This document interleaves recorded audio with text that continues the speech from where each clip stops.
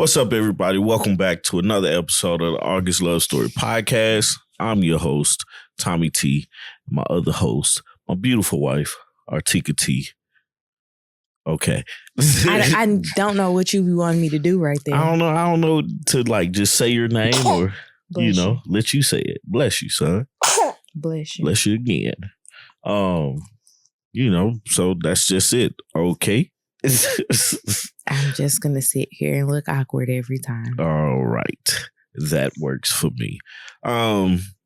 Today's episode is about intimacy, and we've watched a lot of Married at First Sight. If you guys don't know, we review that show on our YouTube page, so check that out.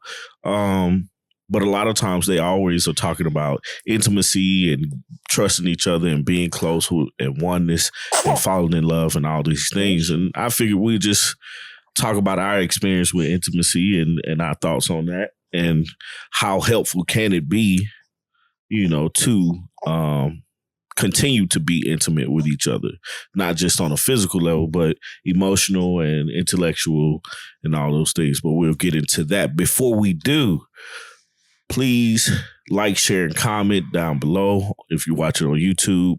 If you're listening to us on Apple Music, Google, Spotify, wherever you listen to podcasts, make sure to rate the podcast as well as subscribe to it.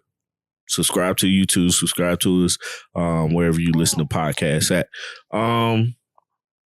Let's get into it, man. But before we deep dive into intimacy, we like to start our podcast off with a conversation starter. So, Artieka, it's on you. Today's card says, when you're feeling stressed, what helps you relax and unwind the most? What gives you peace of mind? It's a couple things for me, and it's just like sometimes it's cutting the grass.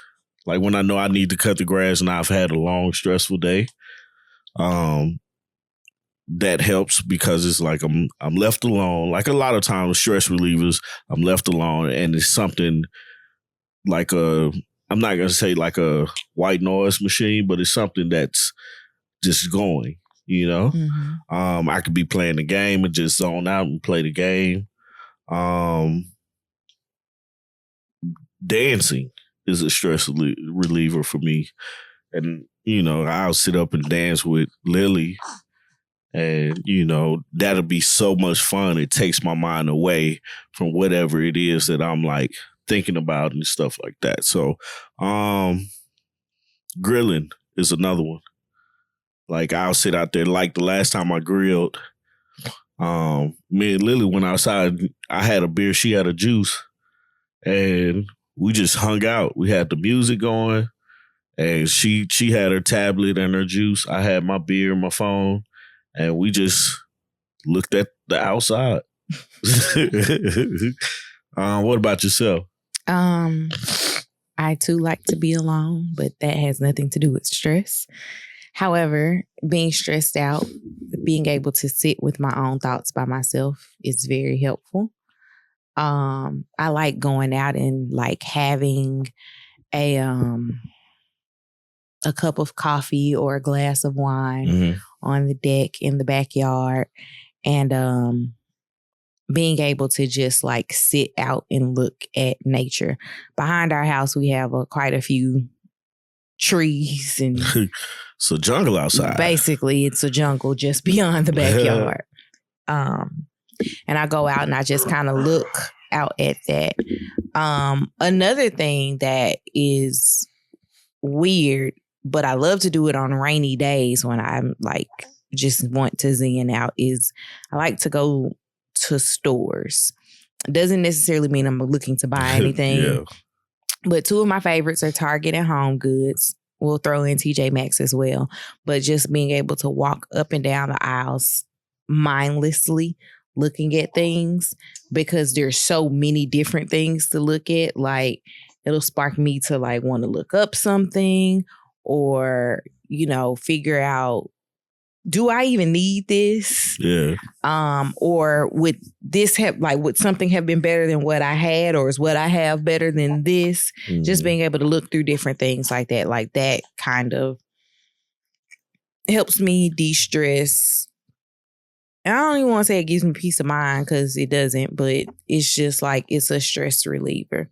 The peace of mind part would probably just being able to be sitting in my own backyard. Yeah. Looking out at the world. Yeah. Man, it's crazy that we get through life, stress is just something that's just bothering you, right? Mm-hmm. If you could give it a descriptor. It's just something that bothers you and it's on your mind. And it's crazy that we have things like that in our life that affects everything else, and it's crazy. I've started trying to do meditations, breathing exercises and stuff like that. I've tried that. Every time I try, I hear mommy. Man, it's one of the hardest things to actually continually do for me, just because it's when do you do it? Right. When's the perfect time to do it? What if I'm running late for that day or something like that? So, I'm always mindful of when I'm kind of stressed out and stuff like that, or things are getting to me, and it's I search for that small piece in life. Something on my mic. But that's funny to kind of get into what we're getting into with this conversation today.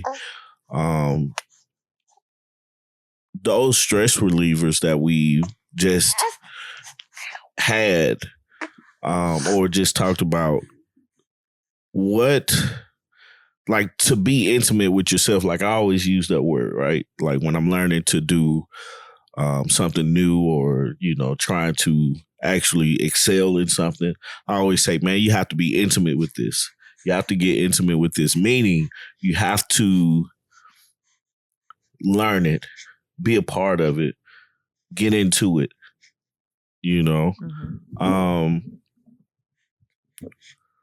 When you hear the word intimate, what are the things that you think of? I think of being close and connected. Yeah, I mean, the definition of it is that. The definition of the word intimate is the inmost thoughts or feelings proceeding from, concerning, or affecting one's innermost self, closely personal. So it means just that, to be close, to be personal, to really get into it. Is physical intimacy ever confused? That's what it's mostly confused with. Yes. Intimacy and then having physical intimacy. People don't really take the two for different things. Because physical intimacy to me is sex. But it doesn't necessarily have to be. Right. It can just be touching, laying near each other, cuddling together. Those are all considered forms of physical intimacy. But I think a lot of people's minds go directly to sex. Yeah. I asked you a couple of weeks ago, I was because we struggle with intimacy a lot, just because of our life changes and things around us and stuff like that. And a few weeks ago, I was I want to be more intimate with you.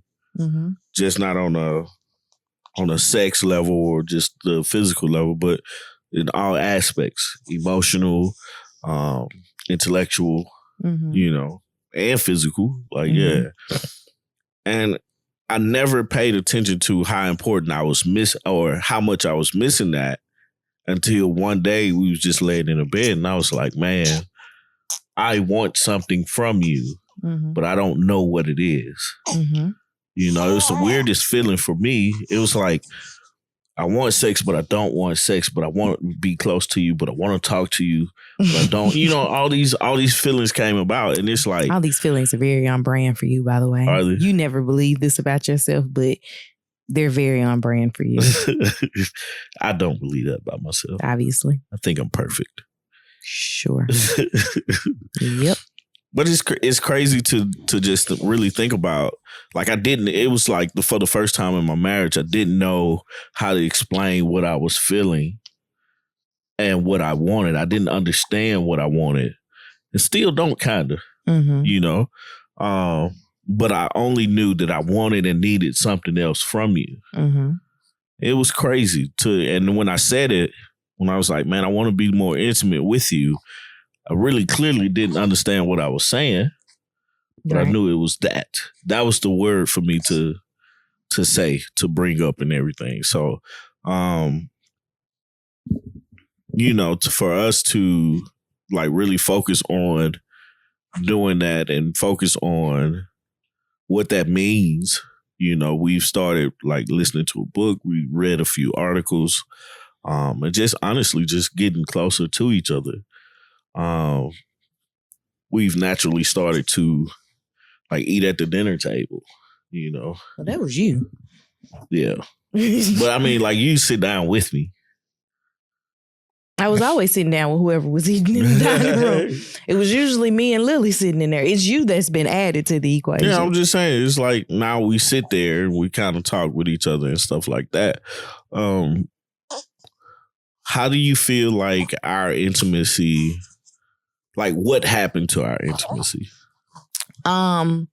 You always equated intimate moments with physical touch, and I became a person who was touched out.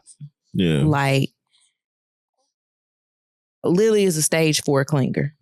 Like, she needs to touch you if she's sitting in the room with you. Like, if you tell her go sit on the bed over on that side, she's looking at you like, but why? I want to sit by you.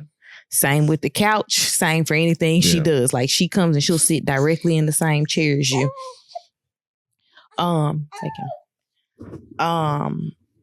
For me, that has always, like, since having her and breastfeeding her, it's just been like, okay, too many people are touching me. Too many people want things from me. And I just mentally shut down, like mentally and physically shut down because of it. Adding in an extra layer of a new child, because Lily's still very much so a toucher. Quad is not as much of a toucher as Lily. He's just, I want my mommy.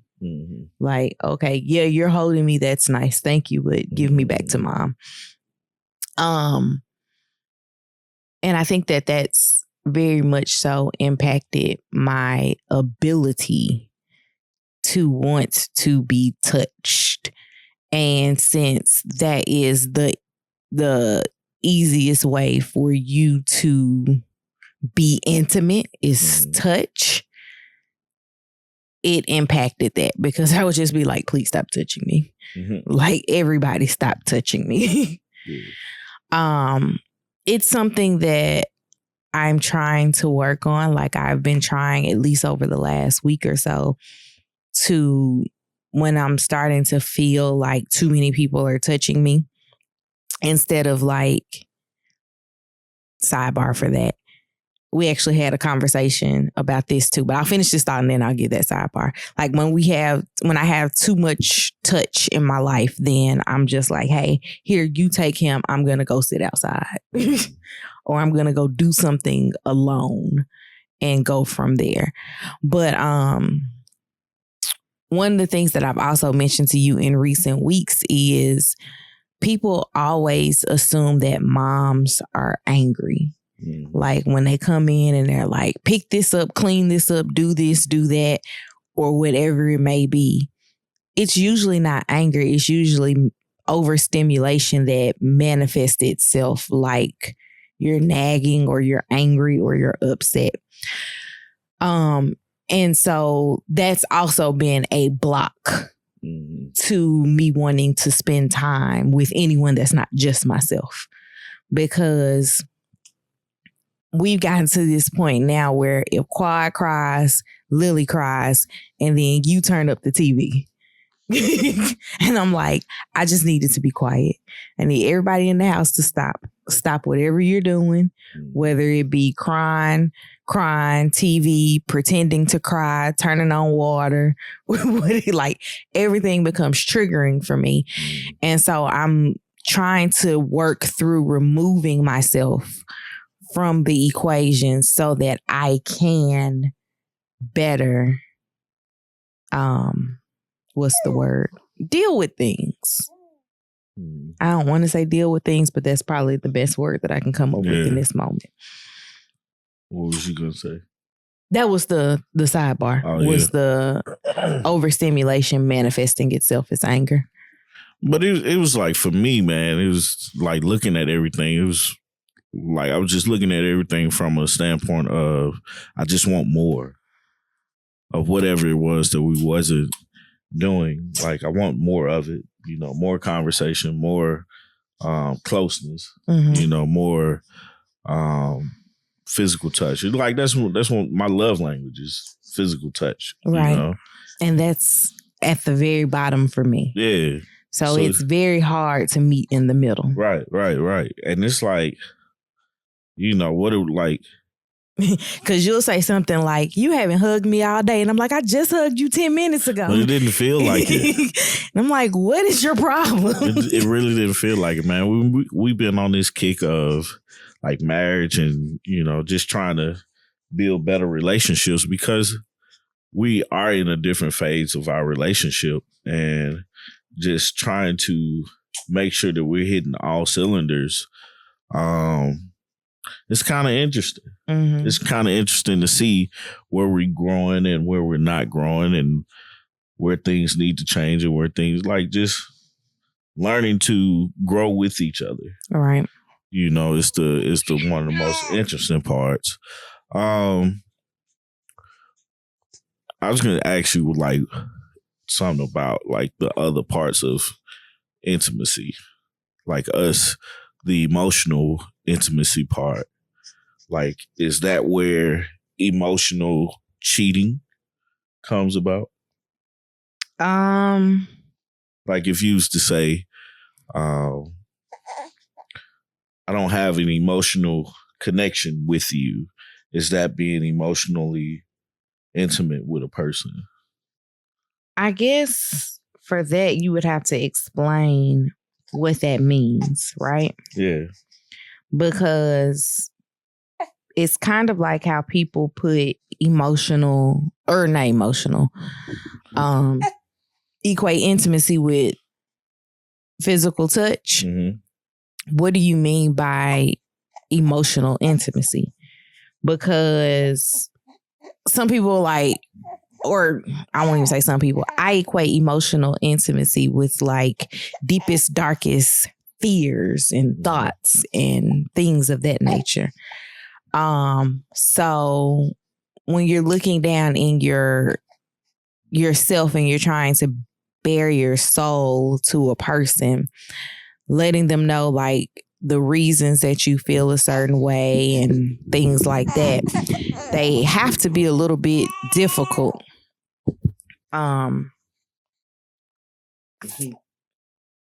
They have to be a little bit difficult for you to be able to get through because you're trying to be emotional with the person, but you also, one of the issues that we have when you've been around a person, I don't even want to say like in a like relationship as far as like romantic, because it can happen with friends and with family. Yeah.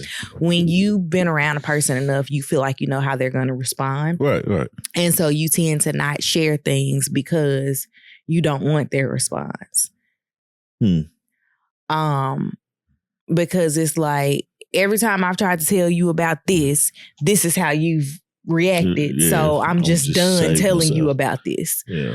I get that. And it doesn't even have to be like a deep, dark secret. It could be something as simple as, man, I don't know where I'm going to put all my socks.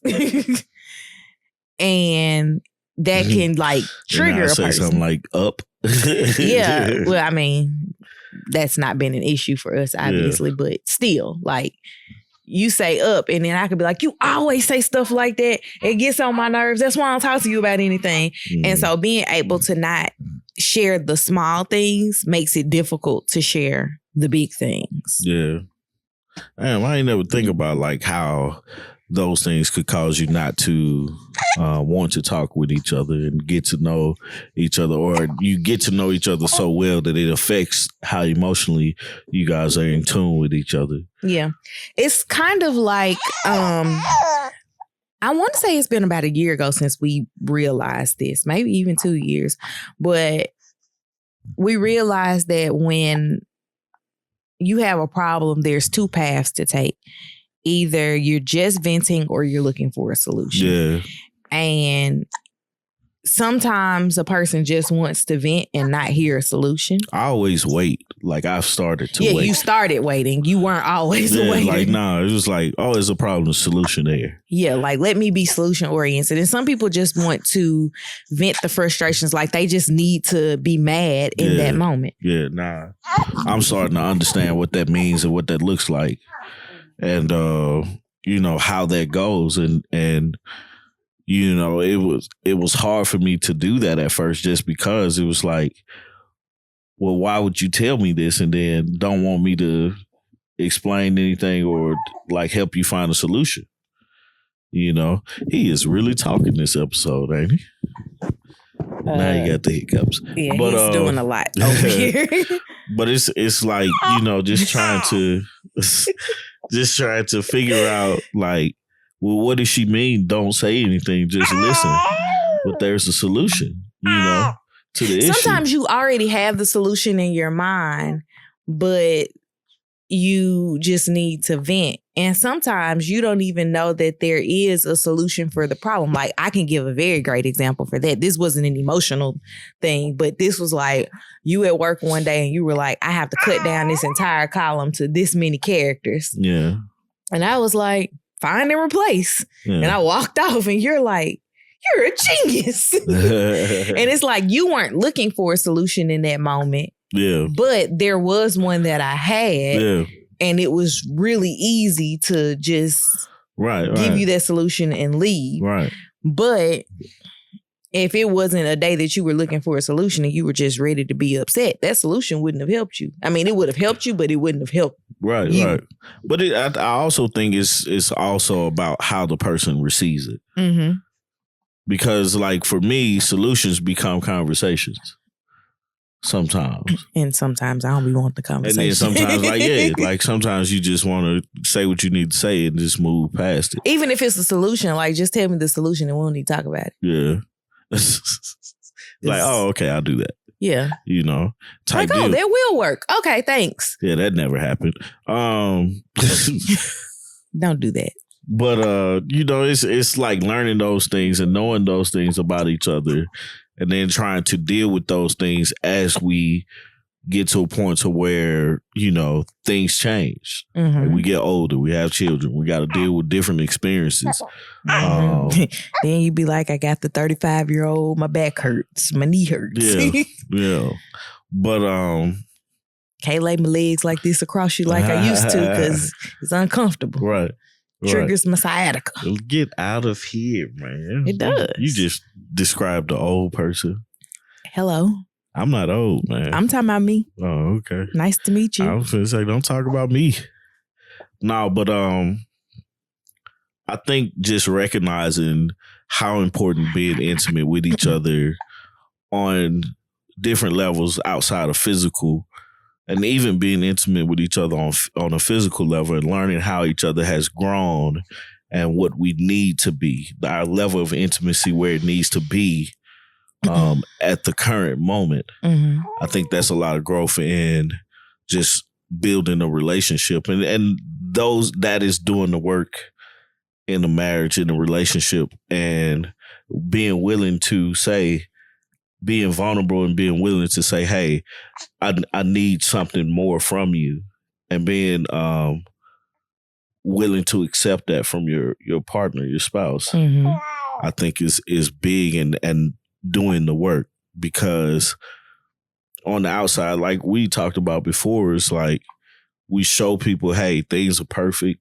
You know, we're happy with each other, but then we could have just argued with each other 15 minutes before whatever it was we were doing. Then you also have people that have decided that you've argued right before you had did something. You're like, nah, we really didn't. We cool. We cool today, you know. I woke up, I came downstairs, I recorded. Yeah. But no, sorry, it's not all smiles and giggles. But you know, just understanding where we were coming from and just being willing to say, okay, we have a problem, let's fix it. He's so funny, man. He's really over here like laughing and talking. Yeah. Okay, son, are you done? He's not. No, but like I enjoy talking about those things with you and bringing them up, and you know, because it allows me to see where I'm growing, and it allows me to see where you've grown, and how far and where we need to take things. Since we have dove into that, I don't really have anything else to say about intimacy, except like I appreciate you working on it with me on multiple levels of intimacy and everything. So what is our quote for this episode? So I had a hard time finding a quote today just because I haven't really been listening to music like that. I've been listening to books. But I did on last weekend watch Gangsta Boo's Drink Champs interview. I decided not to choose Gangsta Boo because I've chosen her before. However, I decided that I would choose another female rapper, which was Lotto. You like Lotto. I don't really listen to her, but I've heard this song before. So this song is called Big Energy. And she says, bad B, I could be your fantasy. I can tell you got big D energy. It ain't too many N words that can handle me, but I might let you try it off the Hennessy. Make them sing to this P like a melody. And if your B ain't right, I got the remedy. It ain't too many N's that can handle me. Bad B, I could be your fantasy. You heard that song? Oh, okay. I know you like Lotto. You probably got my daughter listening to Lotto. You not in the mic. All right. So y'all probably can't hear Tommy because he just swung the mic around. But that ends today's episode. Please don't forget to subscribe to the channel, turn on the notification bell, subscribe wherever you listen to podcasts, and comment down below what your strategies have been for being more intimate in relationships. And I guess we will see you guys on next week. Bye, y'all.